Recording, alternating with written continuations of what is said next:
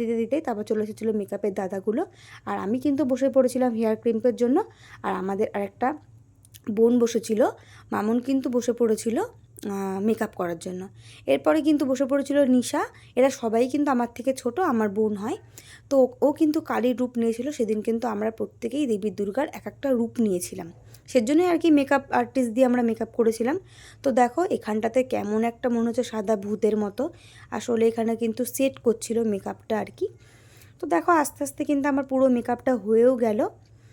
আর এরপরে কিন্তু আমাদের দুর্গা বসে পড়েছিল। এটা কিন্তু তনু, ও সেদিনকার দুর্গার লুক নিয়েছিল।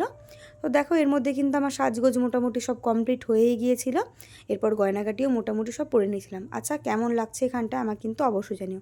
ফুল লুকটা আমি তোমাদের সাথে অবশ্যই শেয়ার করব। তো মেকআপের পর কিন্তু হেয়ার স্টাইলের পালা। তো আমাকে কিন্তু দাদাটা একটা হেয়ার বানও করে দিচ্ছিল বেশ সুন্দর করে। আর এখানে কে যেন ভিডিও করে দিচ্ছিলো আমার খুব একটা মনে নেই, তার সাথে আমি কিছু একটা কথা বলছিলাম। তো এরপরে কিন্তু একটু কলকার প্রয়োজন ছিল, তাই কিন্তু আরেকটা দাদা সে কিন্তু আমাকে একটু কলকা করে দিচ্ছিল। আর আমি কিন্তু পুরোটাই একটু একটু করে ভিডিও করার চেষ্টা করছিলাম, যতটুকু আর কি শেয়ার করতে পারি। তো দেখো এখানে কিন্তু আমার ফুল লুক রেডি। কেমন লাগছে আমায় কিন্তু অবশ্যই জানিও। তারপর আমরা বেরিয়ে পড়েছিলাম প্রোগ্রামের উদ্দেশ্যে। তো দেখো রাস্তাতে কিন্তু সবাই আমাদের দিকে তাকাচ্ছিল, বিশেষ করে তো দুর্গা আর কালীর দিকে, তাই কিন্তু আমরা একটু লজ্জা পাচ্ছিলাম। তারপর আমাদের প্রোগ্রাম কিন্তু শুরু হয়ে গেল। আর এই যে আমি নাচছি, সবার নাচের ক্লিপগুলো তো অ্যাড করা সম্ভব না, তো আমি এইটুকুই দিলাম। তারপরে কিন্তু আমার মা এসেছিলো, আমার শ্বশুরবাড়ির সবাইও গিয়েছিল। তো দেখো আমি একটু কিন্তু সবাই ভিডিও করে নিচ্ছিলাম।